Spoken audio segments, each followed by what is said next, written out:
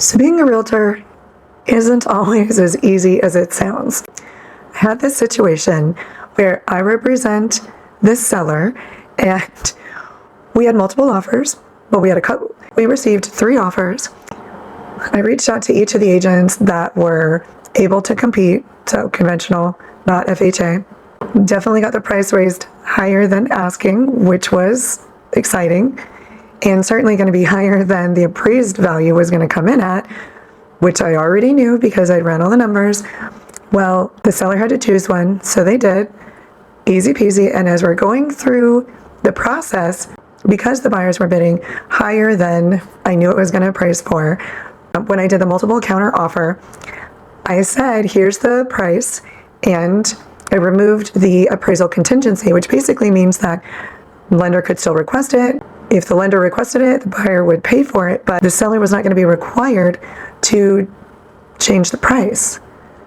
Well, I think the other agent never ran the comps, and so when it appraised low, they got kind of frustrated, which was illogical because it was obvious.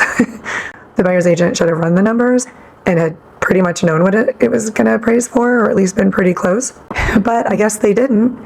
So what they tried to do during the inspection was they wrote up this laundry list of items that were less than necessary and kind of frustrating and sort of insulted the seller. And we responded. We said, okay, we'll go ahead and fix these certain things. And it was done.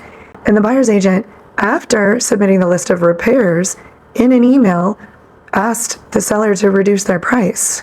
Based on what? It didn't make any sense. Like, in inspections here in Arizona, in the Phoenix area, you have what's called a BINSR. Once the buyer submits the BINSR, negotiations are over.